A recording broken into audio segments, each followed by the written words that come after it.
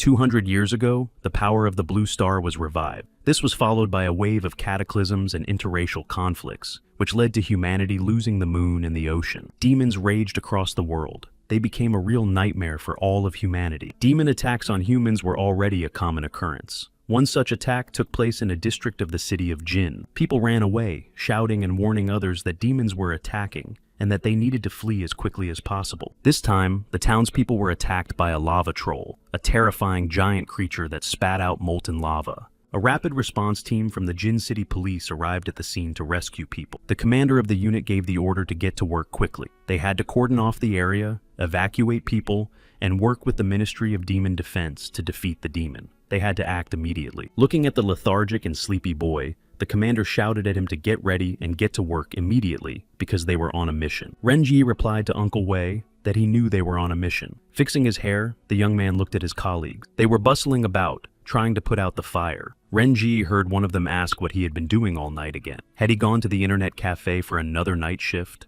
The guy asked his colleague to finally shut up and began to unwind the hose to connect to the water. His colleague remarked that Jia was the best student at the university according to his exam results. Then he asked if he wasn't tired of looking for a dozen part-time jobs. Jai asked if he thought he liked it. Would anyone just give him money for nothing? The commander shouted that enough was enough and emphasized that they needed to take their work seriously. If the interns showed good results, they would have the opportunity to receive a gene enhancement injection after being transferred to a permanent position. Wei said that the results of each of their missions go straight into their qualification report. The more people they save, the more chances they have of getting a promotion. Renjai replied that he saves people not for the sake of promotion. Then the commander asked what else he was doing it for, if not for that. Did he want to be a hero? He replied that according to Article 13 of Chapter 2 of the Xiao Hall laws, an employee receives 200 yuan for each person saved. The young man noted that there is no limit to the number of people who can be saved. Interns are also subject to this law. The commander slapped him on the back of the head, called him a little shit, and told him not to risk his life for 200 yuan. The commander shouted that everyone should remember that the only way to save someone is to protect themselves first. You can't go straight to the demons if you don't want to die. Hunting them is the ministry's concern, so there's no need to get in the way. They began to extinguish the entrance to the house when one of the guys shouted to the commander that they seemed to have a problem. At first, they could see some movement through the smoke, and then a woman ran out of it screaming for help.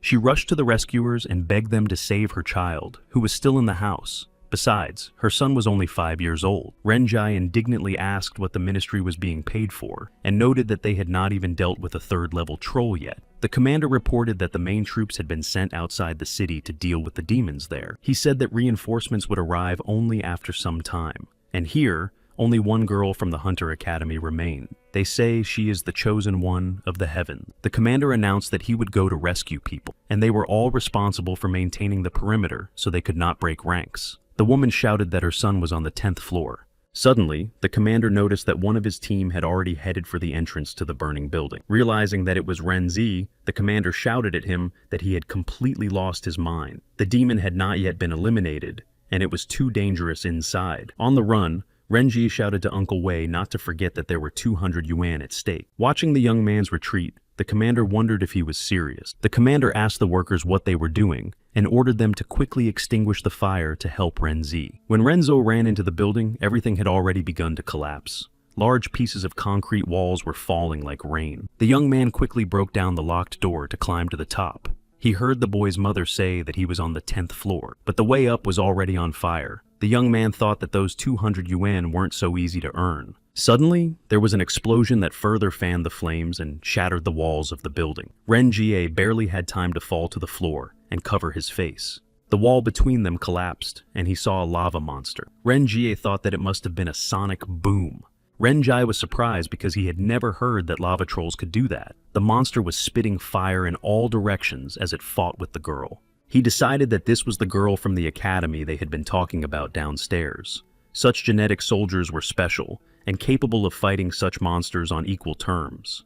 The boy heard a child crying. The child was crying bitterly and calling for his mother. Renzi listened carefully to figure out where the boy was in the chaos. Realizing that the boy was right behind the door, Renjie rushed there. The boy kept calling for his mother and had already started coughing from the smoke. The monster's blows caused the building to collapse even further. Renji saw large chunks of debris flying toward the boy. His colleagues began to cheer as Renji rushed to save the child. He shouted for the boy not to be afraid because he would definitely save him. At the last moment, Renji picked up the boy and ran away from the place where the debris was falling. There was a lot of dust and smoke around. The boy was coughing harder and breathing heavily. Taking off his oxygen mask, Renji told him again not to be afraid and promised to save him. He calmed the frightened boy and put his protective oxygen mask on him. Telling the boy to hug him tighter, Renji began to climb out of the ruined building. The rescue team continued to fight the fire, but it continued to spread. Through the smoke, Renji could be seen heading for the exit with the child in his arms.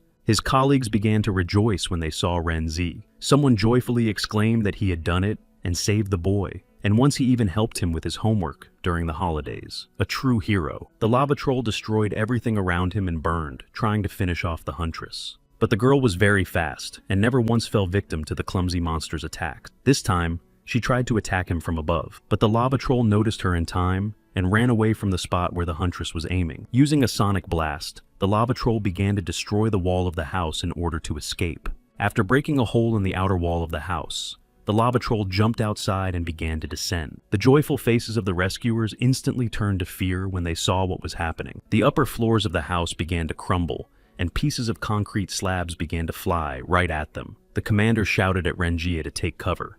Looking up, Renji thought that the devil would kill him now with this chest of stone. The boy realized that he didn't have enough time to escape, so he shouted to Uncle Wei to catch him. Renza quickly threw the boy he had rescued to the commander, in the hope of saving at least him. Catching the boy, the commander cried out Renji's name in alarm when he saw the stones falling on him, but they had to run away to avoid being hit by the debris of the house, which collapsed in an instant. The whole team was shocked that Renji was under the rubble. Someone started calling his name, hoping he would respond. The boy was lying among the rubble that had severely injured his body. In addition, he had been pierced by rebar. Renji muttered that this was the end. It had been so difficult to earn those 200 yuan, and now he wouldn't even be able to spend them. Noticing the boy among the rubble, the hunter descended to see if he could be saved. She landed right above him. Seeing her above him, Renji asked if she was an angel. Then the boy asked why anyone would wear something like that under such a chic skirt, and how could he trust people after that? Winking at her, Renji remarked that the pink pig was so cute. Jiang Julei indignantly said that he was a scoundrel. Suddenly, she noticed that rebar had pierced his body. The boy was beginning to lose consciousness. The huntress began to wake him up and ask him to open his eyes, but the guy did not respond. He felt as if he were drowning. Renzi thought that this was how it felt to die. Finally, he would be able to sleep well. Even the thought of it made him feel better. But what would Ananine do without him? And Tintin? How long would she last with her demonic wound? These thoughts made Renji open his eyes. He realized that he couldn't die now. He wanted to live. The doctor said that his left arm had been amputated, the lower part of his spine was crushed, he was bleeding heavily, and his internal organs were ruptured. He also had many other life-threatening injuries. They could not save him. The nurse recorded the time as 11:44 p.m. The patient's heart had stopped beating, and his brain had ceased to function. The doctors confirmed that the patient no longer showed any signs of life, so his body could be cremated. With tears in his eyes, Commander Wei asked Theorant to forgive him for not being able to save Renzi. His body did not respond, but Renzi shouted that he was still there and could still be saved. The boy tried to shout, but no one heard him. The box with his body had already been delivered to the crematorium. Renze thought, "Are they really going to cremate me now? Isn't anyone going to try to save me?" Hearing some sounds, the boy looked around. He asked where he was now. Could the afterlife really exist? Noticing the pendant, the boy recognized it. Renji exclaimed that it was his pendant. 10 years ago, it had been dug up at the site of a demonic disaster in the city of Jin. It was supposed to be a simple reminder of his family. Since this stone was here now, could it be some kind of artifact? He just touched the stone, and it seemed to shock him. After that, the stone fell into the water, where the boy somehow ended up. An incredibly high wave rose where the stone fell. Renji jumped back. The next moment, the wave disappeared, and in its place appeared a giant tree with an intertwined trunk and crooked branches. Renzea asked in surprise where such a large tree had come from in the middle of the water, and why it was so strange. Perhaps it was some kind of demonic tree. Out of curiosity, the boy touched its trunk. As soon as his palm touched the trunk of the strange tree, a fire lit up on one of the branches. Jumping back, the boy, agitated by what he saw, asked what the hell this was. The boy heard a voice coming from the tree. It said that a demonic pact had been made. The demon of the pact was the fire devil. The price of the pact was the tears of others. Hearing this, Renzi asked what was happening. The voice said that the price had been paid. The injection of the Fire Devil's genes was taking place. A demonic spirit was being born. The first stage of the pact was beginning. Commander Wei asked the crematorium worker if he was done. The worker replied that something was wrong. The worker was shocked himself and muttered that he did not understand why, but for some reason the body of the deceased was not burning. Flames began to pour out of the crematorium door. Commander Wei noticed a strange sound. It reminded him of a heartbeat. When the explosion occurred, the crematorium worker silently prayed that the devil would not take his life. Ren Jai emerged from the flames and asked if there was a doctor anywhere. The young man added that he thought he could still be helped. Opening his eyes, the boy saw some strange instruments above him and could not understand where he was. The last thing he remembered was his body being engulfed in flames and a strange voice saying something to him. Remembering what had happened, the boy thought he didn't understand what was really going on. Hadn't he died? The girl said she would be finished soon and asked him not to move. Her fingers quickly entered the data into the computer. The device immediately started moving and began to adjust the prosthesis. The appearance of the prosthesis also surprised Ren Zi. Leaning toward him, the girl told him not to worry. She would bring him back from the other world. Ren Jie asked who she was and where he was. The girl said that he was now in the Huayang Biological Laboratory. Her name was Nguyen, and she was in charge here. Their little sister Julie had brought him here. Nguyen then said she was done and suggested he try to move. She explained that it was their newest robotic arm. Its previous owner had participated in an experiment with 5 kilograms of explosives. He had indeed been blown up, but the arm had survived. Renji said that was cool and asked who Julie was. Nguyen said that Miss Zhang Julie was from the 3rd detachment of Huayang and asked if he hadn't heard of her. So, what was their relationship? Remembering the girl's face he had seen last, Ren Jie thought that she must be the genetic soldier. Nguyen noted that he was incredibly lucky. Not only did he manage to survive, but he also unlocked his genetic lock and gained the power of fire. He was surprised when he heard this. The boy noted that the age of gene awakening had long passed. Nguyen replied that despite this, he had entered the awakening stage. She said that in order to train his body to use his new power, he needed to understand the basics of genetic martial arts. 200 years ago, the power of the blue star was revived, and 12 spiritual sources appeared on Earth. Animals and plants absorbed the energy of these sources and turned into demons, after which they tried to drive humans from Earth. Later, scientists managed to unlock the genetic lock and create a special vaccine to awaken the genes, which was injected into ordinary people. This vaccine allows their genes to awaken and also learn to absorb the spiritual energy around them, thereby allowing them to fight monsters on equal terms. Nguyen noted that when unlocking the genetic lock, people have to pay a certain price. Ren Jie asked what she meant by price. Then Nguyen said that demonic wounds could be given as an example. The boy said he knew what a demonic wound was. He immediately thought of Tintin's illness. When a person is unable to pay the price for awakening their genes, demonic wounds appear on their body. When this happens, the person begins to feel unbearable pain, as if their skin and bones are being torn out. He thought about the price of awakening. Could it be that Tintin fell ill because she was also bound by the pact? Ren Jai asked Nguyen how this illness could be cured. She replied that there was no cure. At least, medicine in Daxia had not yet reached the level where it could cure her. She added that even if there was a way, it must be in the demon realm of Dantian. They say that there is a large amount of spiritual energy there that nourishes the demon. So, if you are looking for a cure, that is the only place to find it. Ren Jai thought that if this was true, then Tintin still had hope. Nguyen said that he should learn to use his new arm so that he could return home, and if he suddenly broke it, he should rush to her like a meteor. The boy waved his robotic arm and replied that in that case he would not bother her anymore. Walking down the street, he thought about how he had been gone for several days. Aunt Anine and Tintin must be very worried, so he should return home as soon as possible. Renji said that it was amazing after all. If you didn't look closely, you couldn't tell it apart from the real thing. Imagine waking up with a robotic arm. He still felt pain and discomfort in his shoulder. Rubbing his shoulder, Renjai thought that the painkillers must have worn off. A crowd of onlookers had gathered near his house, looking somewhere and whispering. Renji became curious about what was going on. The man shouted, "How can this be? How dare they choose who to serve and who not to serve? He's giving them 300 yuan for washing his underwear. Isn't that enough?" The woman responded to his cries by apologizing, but saying that they would not serve him. Laughing, he said that with such an attitude towards customers, it was no wonder they couldn't even pay the rent. His henchman added that since business was bad, they'd better move out quickly. Brother Wang wanted to take over the place. Enraged, Tintin swung a mop at him and yelled for them to get out of there immediately. Grabbing the mop, the thug noticed that it was quite strong. So, what's the fun in swinging such a thin stick? Picking up the girl from the cart, he said he had a much bigger one and asked if she wanted to use it. Tintin shouted that he was a scoundrel and demanded that he let her go. Suddenly, one of the gang members noticed the guy next to him and asked who he was, since this was their territory. But before he could finish his sentence, Renzi's fist rammed into his face. Renze's robotic arm hit the gangster hard. He couldn't stay on his feet and fell to the ground. His friends looked at the person who had beaten their partner and gritted their teeth menacingly. Renza told them to get out of there. Smoke began to appear around the angry young man. One of the gangsters asked if he was looking for trouble and rushed to swing his fists. However, he didn't even manage to touch the guy. Renjie smashed his head with a single movement of his new arm. The thug holding Tintin asked the young man who he was and then ordered another gangster to deal with him. But he didn't care about their cheap threats.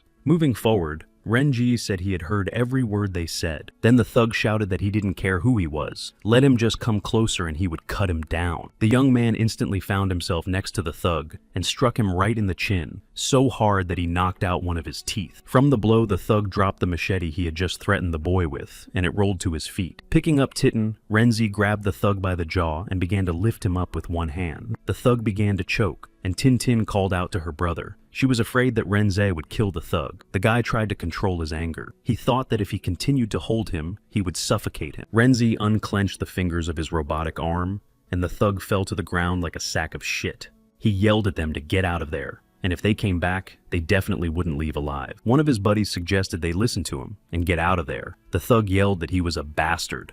As he ran away, he looked back and shouted that the boy would pay for his actions and words. Looking at his body, Renzi thought that maybe this white mist was the power of emotion. His aunt exclaimed how good it was that he had returned and asked what had happened to his hand. Tintin asked how he was feeling. The boy replied that everything was fine. Showing his hand, Renzi turned to Ananin and Tintin and said that no one would dare threaten them anymore. Tintin noted that his blows were very strong. Rubbing his stomach, Renze said he was very hungry. Then Aunt Anine told him to rest well and that she would bring him something to eat. Already in bed, the boy thought about how much had happened recently, and his body had changed a lot. Suddenly, the boy felt a sharp pain in his body that grew stronger and stronger. It seemed to him that he was no longer lying in his bed, but was being transported somewhere again. Renji couldn't understand what was happening. The pain seemed unbearable. It was as if the boy was being pulled into some kind of vortex, and he couldn't resist it. Finally, he found himself near the same demonic tree with which the demonic pact had been made. The boy thought that he couldn't even move, and felt as if something was being pulled out of him. His body felt as if it had been pierced by thousands of needles. Renjie screamed, unable to bear the hellish pain. Since the demon realm of Dantian had defiled the 5 spiritual sources, demonic energy could only be found there. If those who have made a demonic pact want to become stronger and advance to the next level, they must be able to use demonic energy. It is therefore not surprising that in this spiritual world,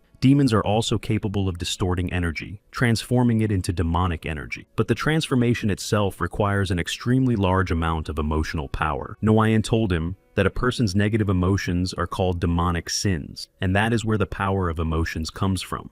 Once the accumulated emotional power is completely exhausted, the demon bound by the pact will be affected by the original demonic sin. To gain new emotional strength, one must pay the price for the pact in a timely manner. Otherwise, the demon will consume his will, and he will become a true devil.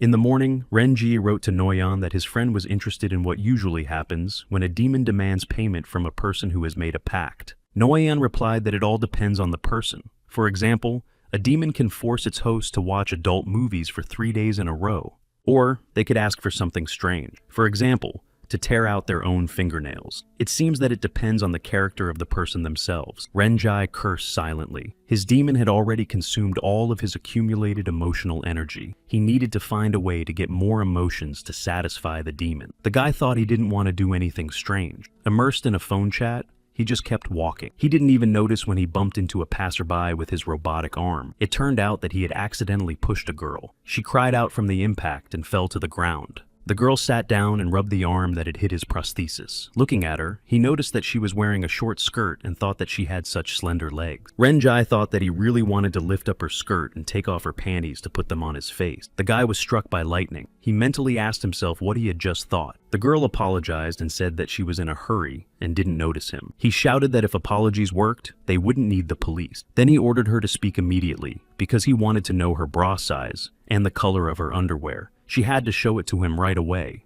She wondered what kind of question that was. Did he really want her to pay for this with her life? The girl stood up and pointed out that they were on the street, and there were so many people around that she was embarrassed. Fixing her hair, she said that they could go somewhere where there was no one around, and then she would do what he wanted. Renjai wondered where this sudden burst of energy came from, and what kind of obscenity was coming to his mind. Clutching his head and chasing away dirty thoughts, Renzi wondered if this was the price the devil wanted to take from him. Coming to his senses, the boy cried out for the saints in heaven to help him, and immediately began to run away.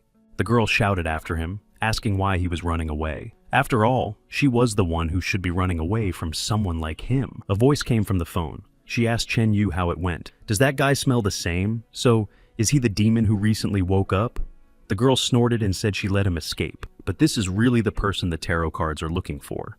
Then she was ordered to find a way to test the guy's abilities, but not let him get away so easily, otherwise they would not get any results. Chen Yu replied that she should calm down because he would not slip away from her. Renjai thought that all this was because of this stupid need for emotions. Because of them, he only made a few hundred today. He bumped into a girl who, as he thought, had come out of a nearby nightclub. He shouted at her to watch where she was going, and then asked why she had suddenly bumped into him. The girl asked why he had arrived so late, and remarked that taxi drivers were getting worse and worse. Renji replied that the girl was mistaken, and that he was not a taxi driver. She asked what he was talking about. Was he afraid she wouldn't pay for the ride? Taking out a wad of cash, she told him to take it and hurry up and take her to the car.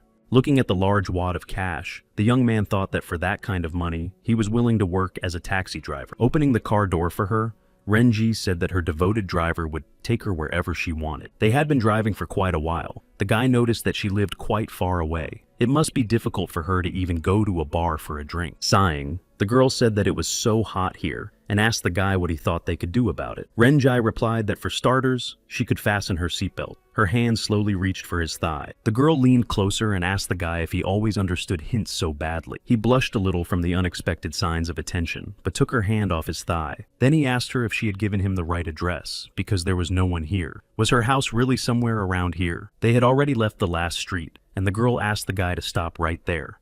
She turned to him and said that they were now alone in the middle of a wild forest and asked what he was waiting for. Renji replied that he had serious business to attend to and couldn't behave so unprofessionally. The girl said that the more he talked like that, the more she wanted to eat him. The guy muttered that those 2,000 yuan were so expensive. She had almost managed to kiss him when the guy noticed that the color of her eyes had changed. Renjai pushed her away and shouted that he wasn't that kind of libertine. Did she really want to steal his first kiss? Suddenly, the girl's head turned into something scary with tentacles. The guy shouted, asking what this was.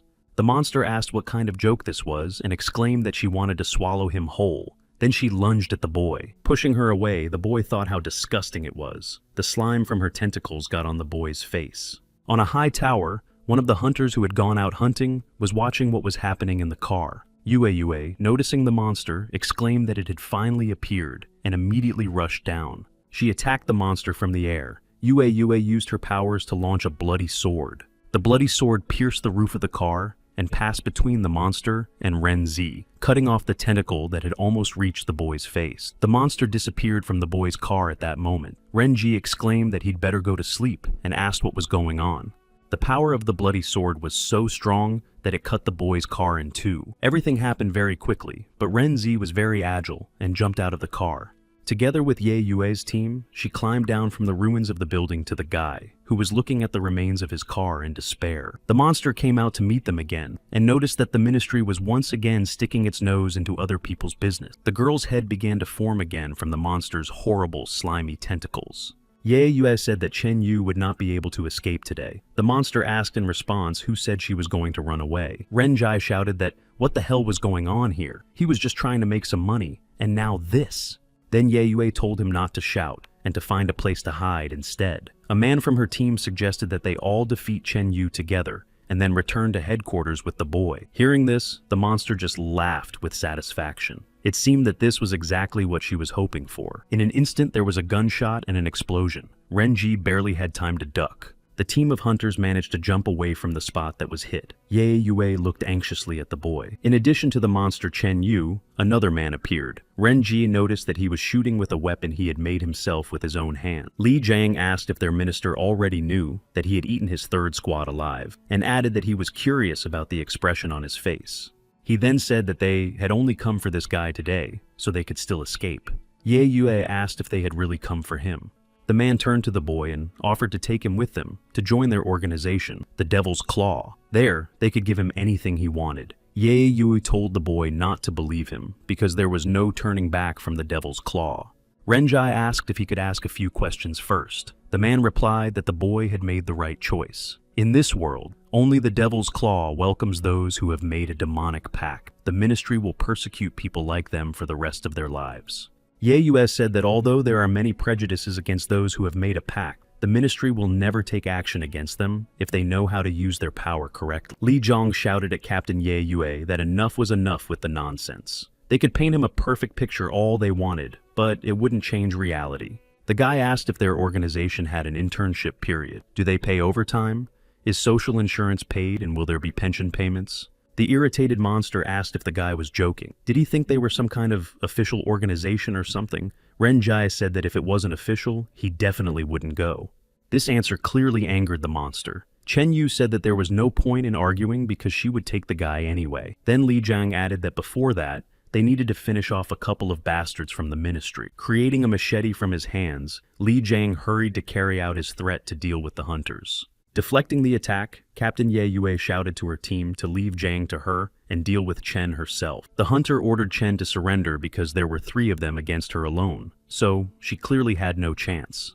Taking out the monster embryos, Chen Yu asked if they were sure that 3 of them were enough to take on 1 person. Chen Yu threw the monster embryos on the ground, and they immediately began to grow to gigantic sizes. In a few seconds, those giant eggs began to hatch, and 2 more monsters appeared in their place. When they appeared, Chen Yu ordered them to carefully remove the hunter's skin so that she could make herself a new skin. Yue blocked Zhang's attack and tried to push him away. He laughed and asked if that was all, adding that he was somehow dissatisfied with it. Captain Yahello hissed that he was rejoicing too soon and used the power of a bloody explosion. This attack was powerful enough to force Zhang to retreat slightly and increase the distance between them. At the same time, she managed to slightly injure her opponent. Li Zhang had to hide 1 machete. Stopping, Li Zhang burst into wild laughter and shouted that this was not enough for him. While everyone was busy fighting, Renji decided to take off. He couldn't understand what was going on. He thought about the demons and the Ministry of Defense again. If he had known this would happen, he would not have taken the job for any amount of money. Aunt Antin and Tintin were waiting for him at home, so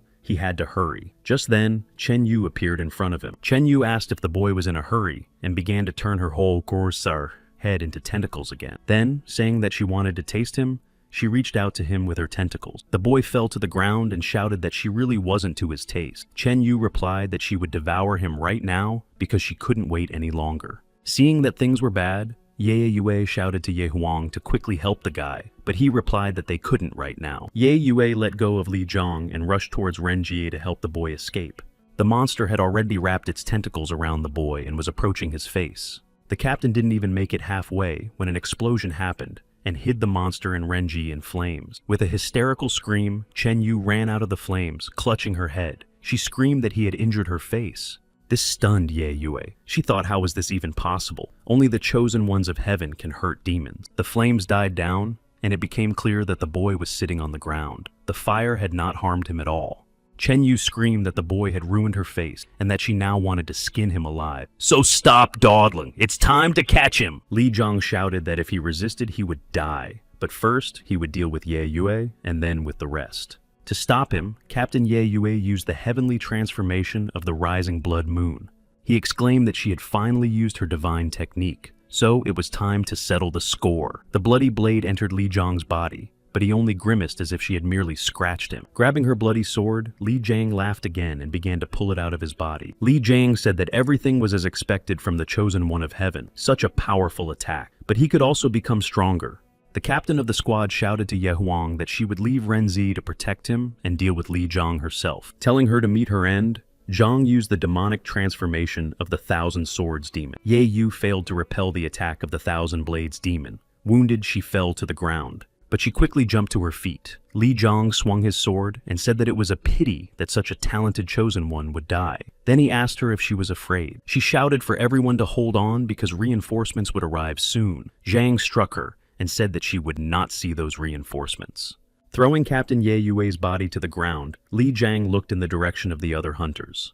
The huntress muttered that her heavenly form had dissipated after a single blow. She began to worry about Ye Yue's life. She asked her partners what to do next and where their backup was. Maybe they should retreat? Ye Huan asked what they should do with this boy. Ye Yue ordered them to guard him. So, this boy had made a pact with a demon? The demonic tree enveloped the boy's body. The voice noticed that he was still resisting it and ordered him to submit to its will. The long blade ignited with a bright fire, a moment of beauty. The stars fell silent when he pointed his blade at them, and the eternal fire ignited. After scattering the rest of the hunters with a single attack, Li Zhang said that they were a bunch of amateurs who overestimated their strength. Chen Yu said that since they couldn't bring him back alive, perhaps just his body would suffice to complete the mission. Zhang noted that it was so easy to capture him, and asked if the boy was really the one they were looking for. He asked the boy if he had made a pact with the devil, and, if so, asked him to show them his powers. The boy burst into flames again, throwing Li Zhang and Chen Yu away. Landing, stunned by the boy's power, Li Zhang shouted that this was impossible. Through the dark veil of smoke, Renjai's silhouette became visible, but he no longer looked like an ordinary boy. Renjai had begun the initial stage of his demonic transformation. His body had changed and now resembled Li Zhang's. Like a fiery wind, the boy flew towards Li Zhang and Chen Yu. He launched a powerful attack that caught them both. The boy called Li Zhang and Chen Yu small insects and asked if they thought they could defeat him. Unable to get up, Li Zhang again thought it was impossible. The boy had such strong demonic energy and, on top of that, this aura. The hunters were surprised that the boy's attack was so powerful that it could knock even Li Zhang down with one blow.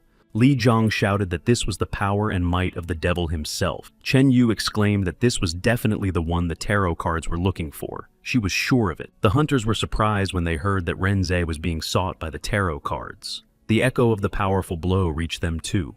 Renjai said that these two annoyed him, and therefore they must die. After that, he released blades of shining fire in their direction. The fiery blades pierced the bodies of Li Zhang and Chen Yu. They couldn't even resist his power. Li Zhang turned to the devil and said that the mission was accomplished. They had found the one they were looking for. The blades turned into hellish flames that completely and forever engulfed their bodies.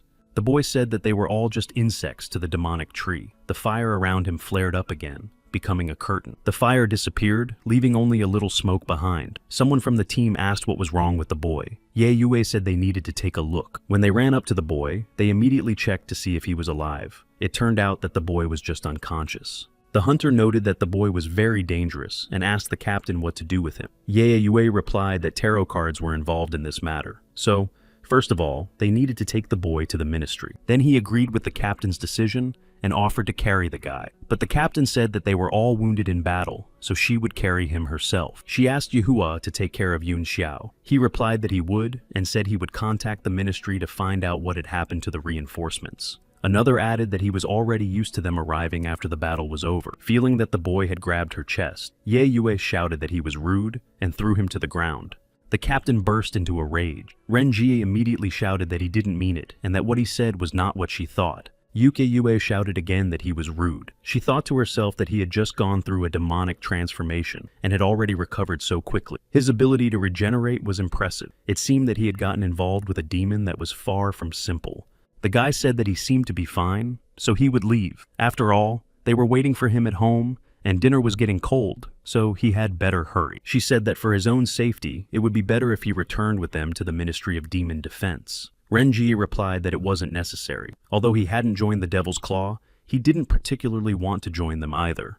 While the guy was saying this, the whole team had already blocked his way, making it clear that he would not leave so easily. The captain approached Renzi and, calling him rude, asked if he really thought it was an offer. Already sitting in the back seat of their car, the boy said he would report them and asked why they were doing this, because he just wanted to go home. Suddenly, the guy found himself back at the demonic tree. It seemed to have grown even larger.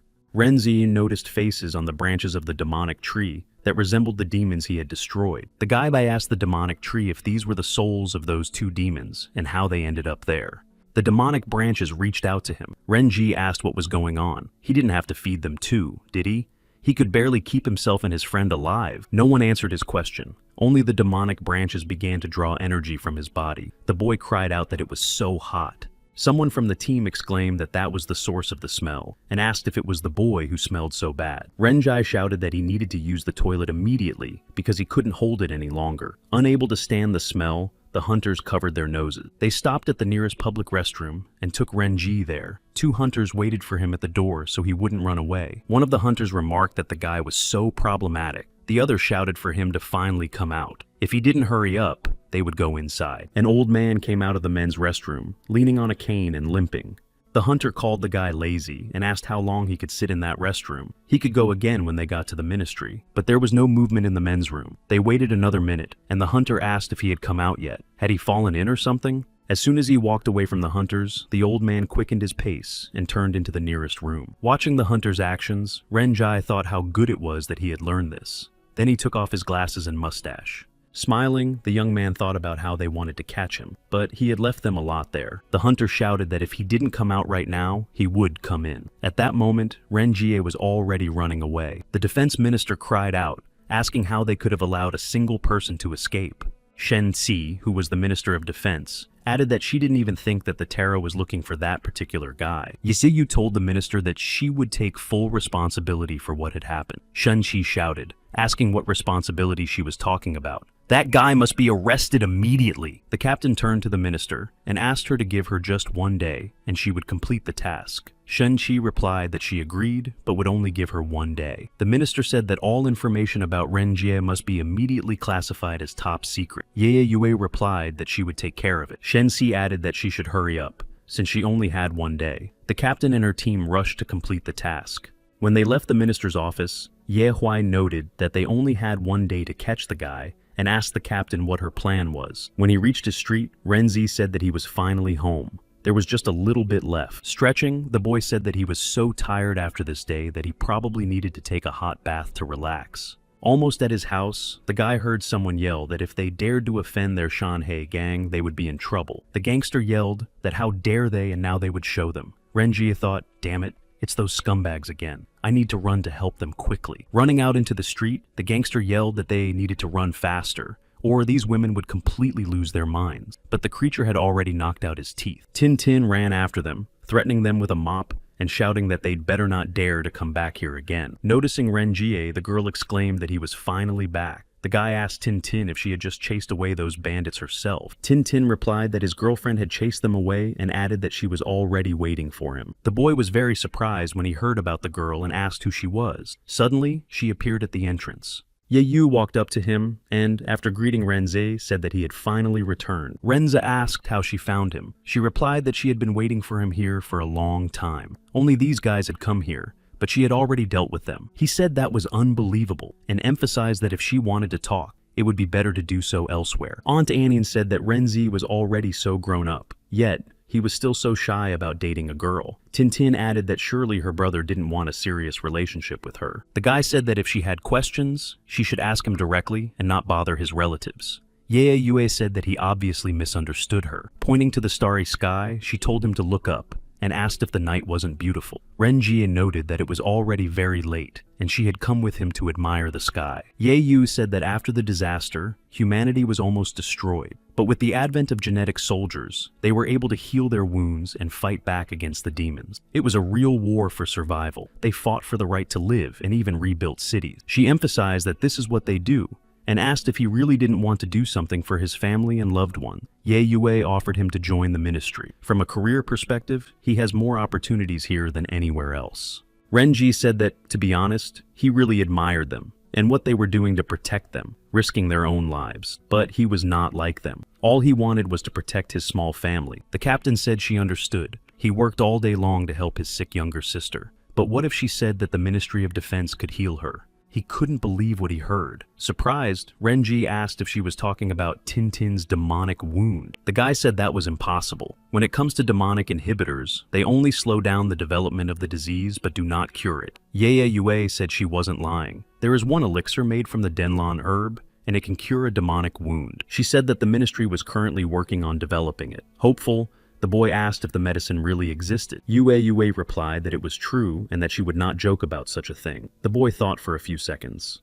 Then he said that if they could really help Tintin get better, he would join the Ministry of Defense. Yahello said that in that case, she would contact him later and take him to the ministry. Renji told her not to worry, and that as soon as she was ready, she could come and get him. After that, Renzi said goodbye and left. Ye Yue muttered that he was a sly one. She took out her phone to report back. She called the minister and reported that Renji had made his choice, but there was one small condition. The minister exclaimed that inhibitors were fine, but Denlon? How could she promise that? Did she even know how much it cost to produce such an elixir? Starting next quarter, their team's budget would be cut in half. The next day, Renjai was walking through the city square of Xiao, thinking about everyday matters. It was a new day, and it was time to get to work. He decided that while waiting for news from the ministry, he would stay at his previous job. The young man returned to the fire and the rescue service where he had worked before all this happened to him. The commander asked the young man if he was returning to work and informed him that something had happened. Putting his things in his locker, Renzi asked what had happened. Commander Wei said that he had received a letter from the Demon Hunter Academy. Renjai immediately opened the letter and began to read what they were offering him. The commander said that the young man only had to pass the entrance exam and he could become a student at the academy. Crumpling the letter, the young man threw it away. He asked what kind of academy it was and added that he was not interested in it at the moment. Wei asked if the young man had lost his mind. His colleague said that if he went to study at the academy, he could become a professional demon hunter. Renzi replied that there were already hunters for hunting demons and that he liked working with them. Then his colleague said that he had heard that hunters could earn several 100,000 for a single mission, and sometimes even more. Renjai grabbed his colleague and asked how much he had just said, several hundred. Then he ordered him to quickly tell him where he could take the exam. The entrance test to the academy was held at the Xiao training ground. There, it was announced that if they wanted to enter the Hunter Academy, they would first have to pass the qualifying tests. Renjai thought it was no big deal. He asked his colleagues why so many people had come this year. Wei replied that he had also noticed this. Their own staff had recently been cut. The department was inviting people from all departments here. The examiner greeted Wei and asked if he had brought in new recruits for evaluation again. Wei replied that if he stopped bringing people here, he would be out of a job. The examiner remarked that Wei was long overdue for retirement as he was already a veteran. Looking around, Renji noticed the girl who had tried to save him. He thought that she was here too. The girl also noticed him among the recruits and stared at him. Her friend asked Ju if he was her acquaintance. The girl replied that she did not know him. The examiner turned to the recruits and asked what the motto of the Xiao guards was. They shouted that they would sacrifice themselves for Xiao and save thousands of homes. He exclaimed that this was excellent and said that the one who took first place on the list of leaders would receive an additional reward of 30,000 yuan. The examiner then announced that they would receive their first assessment for climbing a rope. One of the recruits laughed when he saw the long rope and said that it was just right for him. After the starting signal, all the recruits immediately grabbed the ropes and began to climb up. Renjai slowly approached the rope and using his robotic arm, quickly climbed to the top. The guys were stunned that he had climbed to the top of the wall in a matter of seconds, without any effort. Once at the top of the wall, Renjie said he apologized to them, but that he would continue on. Even one of the examiners did not expect anyone to climb so quickly. Then the recruits noticed that the guy had a robotic arm. They started shouting that it wasn't normal, and that the guy was cheating. When no one responded, someone shouted, that didn't anyone care that the guy was a cheater?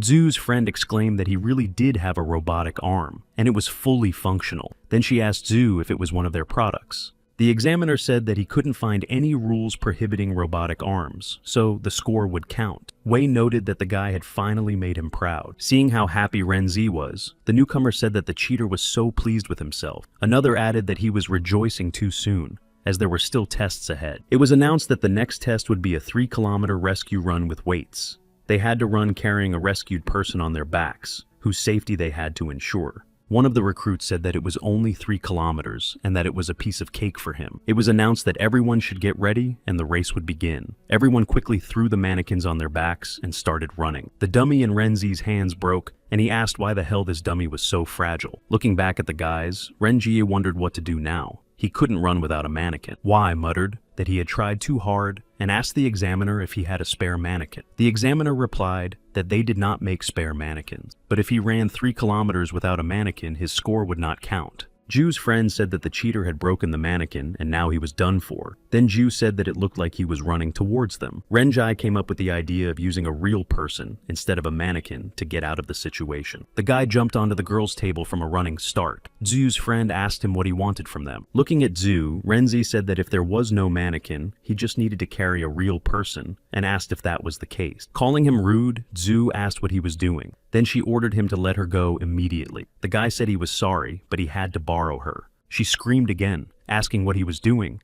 as the guy picked her up and threw her over his shoulder. Despite her protests, the guy ran out onto the track and began to run his distance quickly. He overtook the other recruits again. One of them shouted that the guy was carrying a real person. Was that allowed? Zhu closed her eyes and mentally repeated that they should not look at her. She was just a mannequin. Wei laughed smugly and, calling Renji an asshole, added that he might surprise them. The final stage of the exam was a rescue simulation. According to the conditions, they were in a room that had been damaged by a disaster, and in front of them was an injured civilian. They had to give him first aid and get him out of the danger zone. The civilian had a through-and-through wound in the abdomen, a shattered right leg, heavy bleeding, and shock. Renji told her not to be afraid and promised to save her. Gio opened her eyes and said that it was time to stop talking nonsense and hurry up. The guy said that first they needed to stop the bleeding in her injured leg, and since she was in shock, they needed to restore her heartbeat. She thought that this guy was serious. Noticing how the boy folded his hands, Gio asked what he was going to do. He replied that to restore her heartbeat, he needed to perform indirect heart massage. She threatened that if he dared to press on her chest with his hands, she would chop them off. He said that was right. She had lost a lot of blood and was still in shock, which meant she needed artificial respiration. Jiu asked if he wanted her to beat him up so badly that he couldn't breathe. Renzi said that as a guard of Xiao, he would never allow anyone to die in front of him. Jiu said that if he continued to talk nonsense, she would leave, and if he failed, she should not be blamed. He replied that it was fine, but if the examiner asked her, and he had followed all the instructions, she should not lie because he had tried. The examiner announced that they were summarizing the results of the test. He said that overall, their results were good. He didn't have time to finish speaking when suddenly the demonic invasion alarm went off. The recruits became noisy. They asked if it was a demonic alarm and if the exam was over yet. Could it be a secret test? Commander Wei announced that a demonic invasion had taken place in the 49th district. The extent of the disaster was unknown. Many civilians were in danger. Commander Wei then shouted for the 7th Squad to immediately set out to rescue the people. The members of the squad shouted that they understood and repeated the slogan, "Burn me, Xiao, save thousands of home." The houses in the 49th district were already on fire. Another explosion occurred, throwing back the 1st Rescue Squad. The commander of the detachment of one of the wounded rescuers ordered the rest to retreat because the invincible dog was there. They had only moved a short distance away from the epicenter of the explosion when another rescue team arrived. Noticing them, the squad commander exclaimed that it was wonderful. Reinforcements had finally arrived. The commander shouted that Sergeant Wei had finally arrived. Commander Wei greeted Commander Ma and asked him to report on the situation. He replied that it was a 7th-level demonic invasion and was escalating. There were also an unknown number of invincible dogs.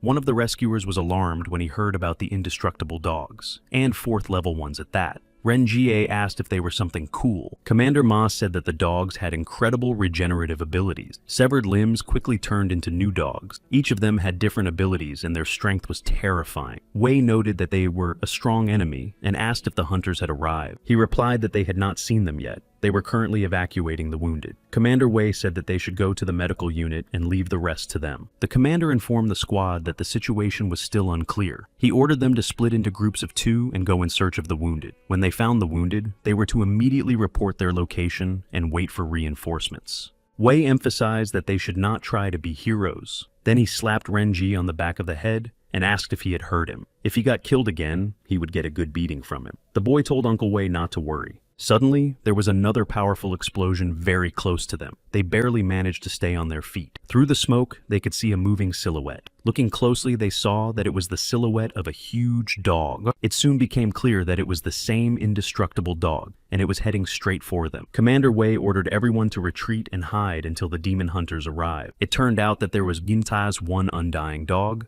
but several dozen. They all rushed after the rescuers. One of the indestructible dogs had almost reached Commander Wei's neck. He thought it was the end and screamed. Renji came to his aid. The boy arrived just in time and grabbed the indestructible dog. Renji tore the indestructible dog in 2 with one swift movement and threw them away. The rescuers and his squad looked at their colleague with admiration and hoped that he would be able to protect them. Another indestructible dog jumped out in front of Renji, but did not attack the boy immediately. Commander Wei shouted at Renzi to run away immediately and added that he no longer wanted to rescue him from the crematorium. The young man replied that he should leave them to him and go in search of the survivors with the others.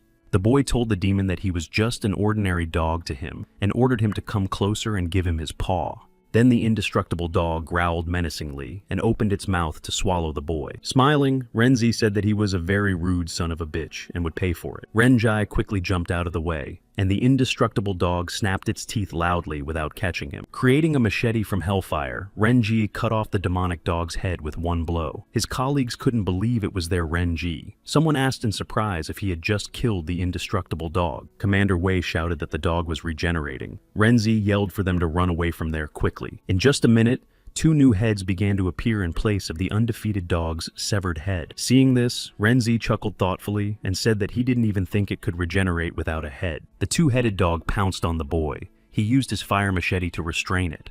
The boy said that in that case, he would chop it up into mincemeat and see how it would heal. Renjai used his demonic power and summoned a burning fire of 1,000 blades. Cutting open the indestructible dog, Renzi told it to watch as he cut it into thousands of pieces. He did indeed cut the demonic dog into tiny pieces that scattered around in a few seconds. Watching the boy, she noticed that he was quite good. Now it was clear why they wanted to take him into the academy. She thought that the boy had already learned how to use the demons inside his body. Captain Yahello ordered her team to quickly help the boy deal with the indestructible dogs. When they appeared, the boy asked why the Ministry of Defense was always late. Maybe he should complain about them to his boss. Yahello asked what he was talking about and reminded him not to forget that he was also an employee of the ministry. Renjai replied that she shouldn't say that. He would not join them because she had not given him the medicine for Tintin. She emphasized that everyone should be careful because the dog was coming back to life. Then she asked Muchan if he was okay. He replied that he was fine and asked her to cover for him. Muchan began to whisper something and runes lit up on his hands. It turned out that the hunter's extraordinary power was magic.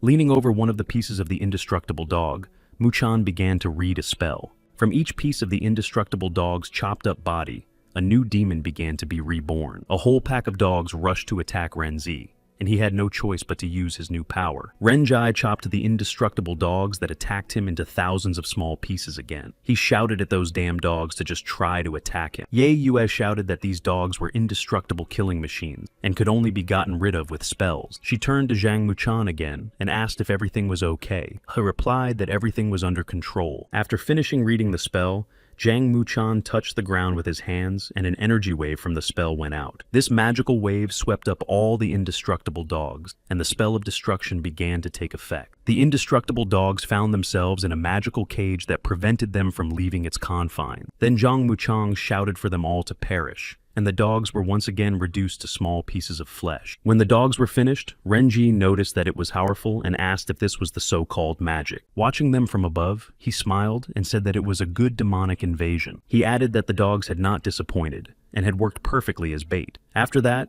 the Demon King Louis asked if the list was ready. Yunpei replied that everyone was there. The demon lords of Jing City, including the recently awakened soldiers and even people with special characteristics. Taking the papers prepared by Yunpei, Louis replied that it was good. He quickly began to scan the list with his eyes. Smacking his lips in satisfaction, Louis read the name Renzi and noted that this guy was quite interesting. Although they had dealt with the indestructible dogs, by that time the area of the city had already suffered greatly. The cleanup crew arrived at the scene. They drew up a plan to clear the rubble and rebuild the area. Doctors examined wounded civilians and rescuers who had suffered from the attack or destruction. Commander Wei said that he had been working as a guard in Xiao for so many years and had seen so many deaths, but he still couldn't calm down after each demonic invasion. But that was their job. In the end, most of them didn't live to see old age anyway. Renjai asked Commander Wei how he was doing. He cleared his throat and replied that he would definitely live. Looking seriously at the young man, he told Jai to listen to his advice. He advised him to go to the academy and become a real demon hunter. He had a bright future ahead of him. The young man asked if it wasn't better to be a guardian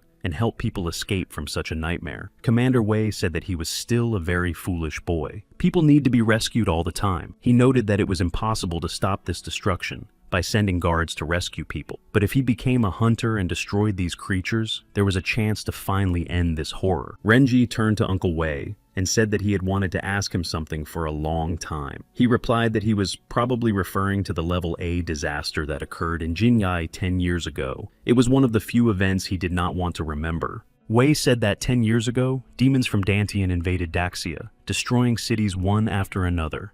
He noted that it was 10 years ago and asked why he was asking about it now.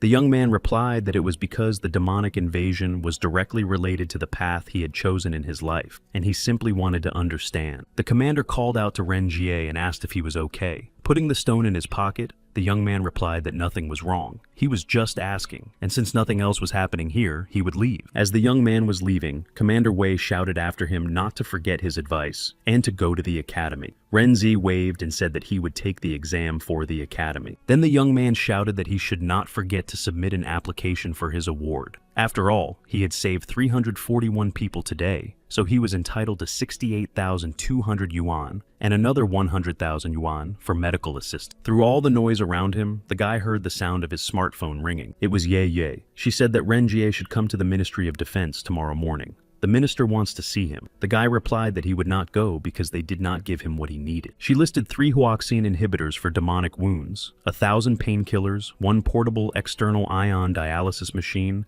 a green card for the Central Hospital of Jing City, and full payment of all medical expenses. Ye Yu said that everything she mentioned would be his if he came to them tomorrow. Ren Jie gasped and called Ye Yue his dear princess. He asked if she could be there tomorrow at 8 in the morning. The young man apologized for being rude to her earlier and added that she could punish him for it tomorrow. After hanging up, she called Ren Jie a jerk. For the meeting with the defense minister, the guy decided to wear a business suit to make a positive impression. He took out his phone to check the address Ye Yue had sent him. The address was the same, but it was in some kind of residential area. Wandering down the street, the guy said that she wouldn't joke with him like that. Where could the headquarters of the Ministry of Defense be here? Suddenly, he heard Ye Yue say that he had arrived just in time. Hearing her voice, the young man looked back. But when he turned around, he almost froze. Ye Yue was dressed only in her underwear. Noticing that he was looking at her strangely, she asked him what was wrong. The guy blushed and said he was sorry, but she was dressed in such a way that he was afraid of offending her if he looked away.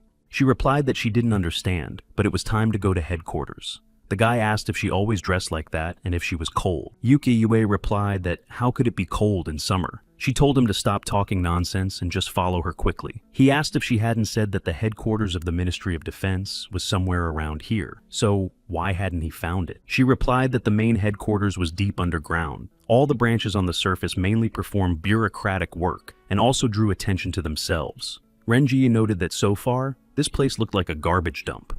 Captain Ye Yue pressed a brick, and an elevator door magically appeared on the adjacent wall. The door opened, and she headed towards it. The boy followed her, but stopped at the entrance. Ye Yue asked why he was standing there, and ordered him to hurry up and enter. The boy muttered that he understood that the headquarters was underground and all that. But was she dressing like that so as not to draw attention to him?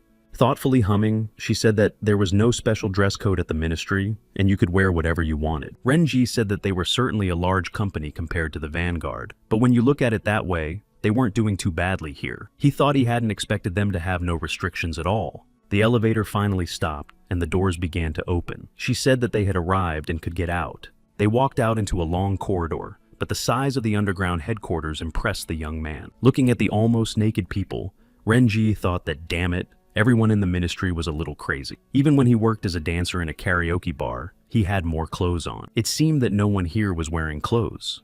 The young man wondered if this was the norm here. Ye Yu looked back and asked why he was walking so slowly. She noted that it was not appropriate to keep the minister waiting. Thinking that he needed to get used to it as quickly as possible, Renzi asked her to give him 5 seconds. The guy decided to fit in with the group and started to undress. Ye Yu asked him what he was doing. He replied that she shouldn't worry. He would do what was necessary. Pulling down his pants, the guy thought that since this was the custom here, he would have to get used to it. She was simply speechless when the guy took off his clothes. She was stunned by his antics. Laughing, Renji exclaimed that it was much better this way. Now he looked just like them. All the employees looked in surprise at the strange guy in his underwear who had appeared out of nowhere. Someone even suggested that the guy had lost his mind or was perhaps an exhibitionist. Yue asked Renjai if he was okay. He replied that everything was fine. He felt uncomfortable in his clothes, but now he felt much better. Fighting back laughter, she said she didn't even know what to say. Then she invited him in. At the door, Ye Yue called the Minister of Demonic Defense, who invited them in. They entered the office together, and the captain informed the minister that she had brought Ren Jie. He thought he didn't even expect the minister herself to be without clothes.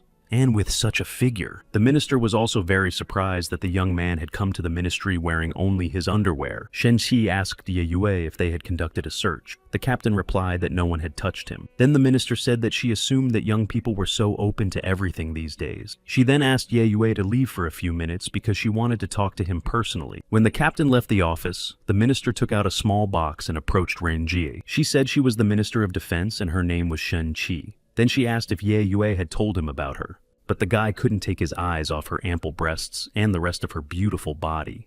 The minister asked where else he was looking. The guy blushed and said that her tattoo was just awesome. She was surprised and asked what tattoo he was talking about. He replied that it was nothing. He thought her tattoo was quite noticeable. So, how could he not have noticed it? Could he have a problem with his eyes? Were they all dressed? Suddenly, next to his demonic tree, the boy saw another tree. It was a tree that destroys deception. Renjie thought about the medicine they had given him in the Shao Hall. Could it have awakened the genes in his body? Eyes that destroy deception? It turns out that he had gained new genetic abilities and could see through things. So it turns out that it is not customary to walk around naked here. And they were all dressed. Was he the whole ace clown? Shen-Si asked if he was okay. The boy thought that on his first day at the Ministry of Demonic Defense, he had simply taken off his clothes in front of everyone. He had even walked across the main hall in his underwear in front of everyone. The guy was very embarrassed and, trying to cover himself, began to call for help. Yue looked into the office when she heard his cry and asked what had happened. He sneezed and asked her to turn off the air conditioner because it was cold. The minister told Renjie that it was a sincere gift from their department and that they didn't care that he was connected to a demon. She offered him a position at the ministry and assured him that he would receive much more development and resources there.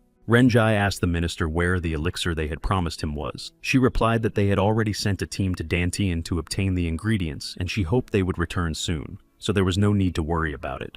The young man asked why the ministry was spending such large material and human resources just to recruit him, a guard with a few unusual abilities. He added that he suspected that it was not that simple. She replied that, to be honest, they chose him not only because of his connection to the demon. Even so, he is special. Taking the stone, the young man asked if it was all because of this thing. The minister replied that she assumed he already knew. Renzi said that, to be honest, he didn't really trust the ministry and didn't want to get involved in their problems. Shensi asked if he knew what would happen when others found out about the demonic seal on his hand. He replied that he no longer needed it. If she gave him 5 elixirs made from Denlon grass, he would give it to her. The guy added that he could even agree to 3. The minister asked in response if he thought it was that simple. She informed him that the seal had merged with his body. Even if he wanted to remove the seal from his body, it would return again and again until he died. The young man exclaimed indignantly if she meant that it was the end for him. The minister replied that if he joined the ministry, he would still have a chance to survive. Renjie said that he had no choice. Shenxi asked if he had thought otherwise. The only way out was to join the Ministry of Demonic Defense. Then all of Daxia would be on his side and help him become a good warrior. The clip that the minister threw up immediately attached itself to his ear. Shenqi added that he would become the most outstanding among all people. The boy grabbed his ear in pain and asked what she was doing. She said it was a special earring created by the Defense Department. The minister said that if he wore it, it could protect him from demonic energy and warn him of its presence. Renji said that it turned out he had simply joined them. Smiling, the minister confirmed that from that moment on, he was an official member of the Demon Protection Department. Then she called Ye Yue. She immediately appeared in the office. Renjie asked why he felt like he had been deceived. The young man said that he had already received everything he needed and could leave. The minister told him not to rush off. For his safety, she had specially organized a 3rd squad to conduct combat training for him. He called out to Ye Yue and asked if their protection department provided lunch. She told him to call her teacher and said that if he wanted to eat, he had to undergo training first. Stopping at a large door, Ye Yue announced that they had arrived and that this was the training hall. The boy turned to teacher Ye Yue and asked if it was too late to go home because he felt like he was trapped. She replied that it was too late and pushed the boy into the training hall in one fell swoop. Ye Yu noted that they had all known Renzi for a long time, and there was no point in introducing themselves to each other.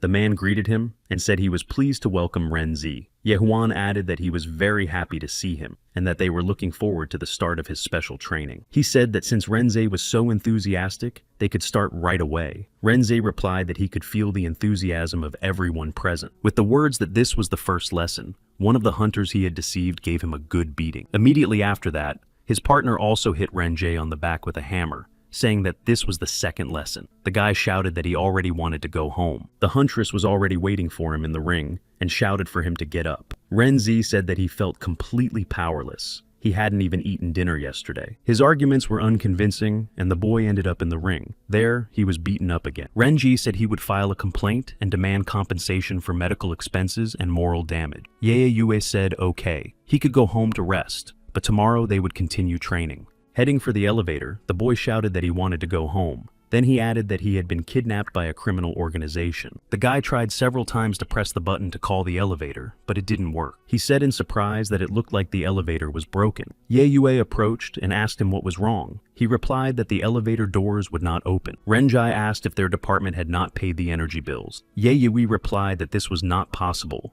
because the elevator in their department had an independent power supply. Someone from the team said that it might just be maintenance. As they headed for the stairs, Renji grumbled that what kind of organization was this where even the elevators didn't work. They all started climbing the stairs to get out of the underground headquarters of the Ministry of Defense.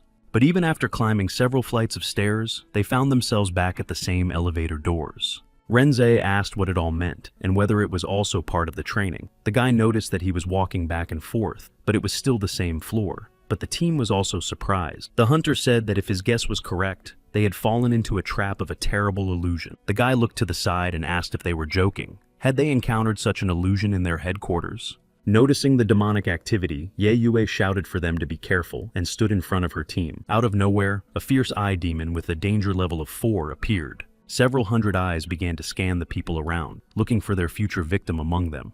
Renzud had never encountered this type of demon before, so he asked in surprise what it was. The demon had a specific target, and it had found it. The target was Renzi, whom it was supposed to capture and kill. Guessing who the demon was hunting, Yahello announced that he was its target. Renza asked why him. Maybe it was targeting someone else. The demon announced that he had found his target, and lasers appeared from his eyes. Yahello shouted for them to be careful and quickly dodged them.